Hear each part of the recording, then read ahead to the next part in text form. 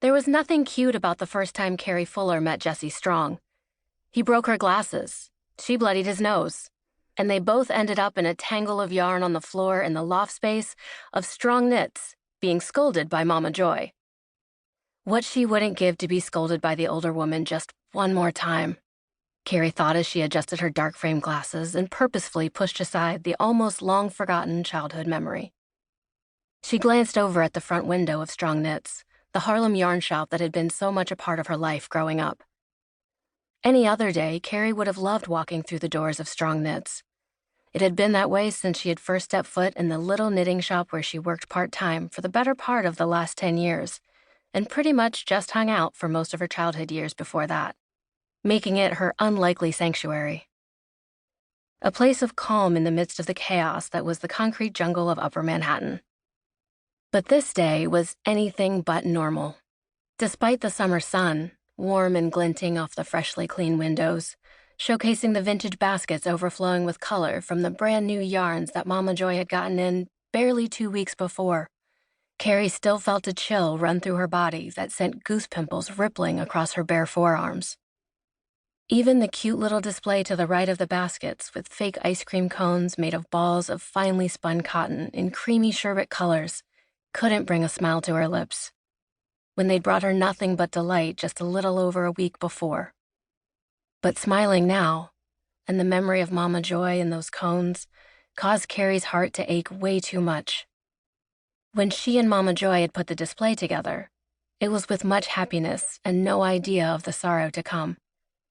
No, all they could think of then was the smiles of the passers-by when they saw the new yarns displayed in the whimsical, not quite ice cream cones. Mama Joy knew the children in the neighborhood would love it, and she was right. They did. Folks came in and immediately asked for those yarns. Little faces glowed when they saw the display, and brown eyes lit with delight upon seeing the colorful cones. But like the dynamo she was, Mama Joy had already been anticipating the next display, looking forward to what they would be doing for the fall. She had been excited about showcasing something even better for the neighborhood kids come the end of August with the new shipments on the way. Kerry felt a weight suddenly lay heavy on her chest. What would happen to those yarns now? What would they do now that Mama Joy was no longer here to help navigate the changes that the new season would bring? Kerry peered through the glass of the door once more, noticing the darkness in the shop, uncharacteristic for the hour of the day.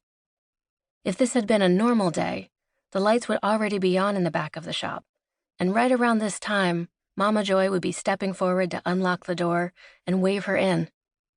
Kerry let out a sigh, as the fact that she'd never be greeted by that wave, or Mama Joy's easy smile, ever again took the air clear out of her lungs. Oh well, she couldn't just stand here wallowing in her feelings. Instead, Kerry swallowed and physically forced them down as she reached out and gave the buzzer on the side of the door 3 short rings. She waited. One breath, and then another. 2 more rings. Longer and steadier this time. She moved to the side and rang the bell to chime up at the residents upstairs. Come on, Jessie, where are you? Noah? Lucas?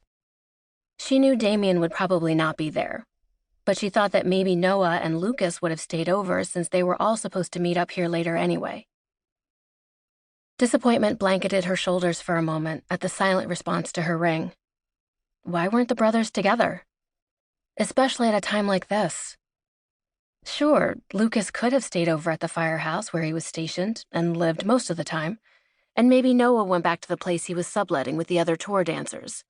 And knowing Damien, he didn't want anything to mess up his usual well-ordered routine, so he'd probably gone back to his own apartment. But still, she expected Jessie to be there. Kerry felt her brows draw together. Who was she fooling? When it came to Jessie Strong, who knew what rock he was burrowed under this morning? The thought brought with it a sizzle of anger that shot quickly through Kerry's spine, followed immediately by an intense feeling of guilt.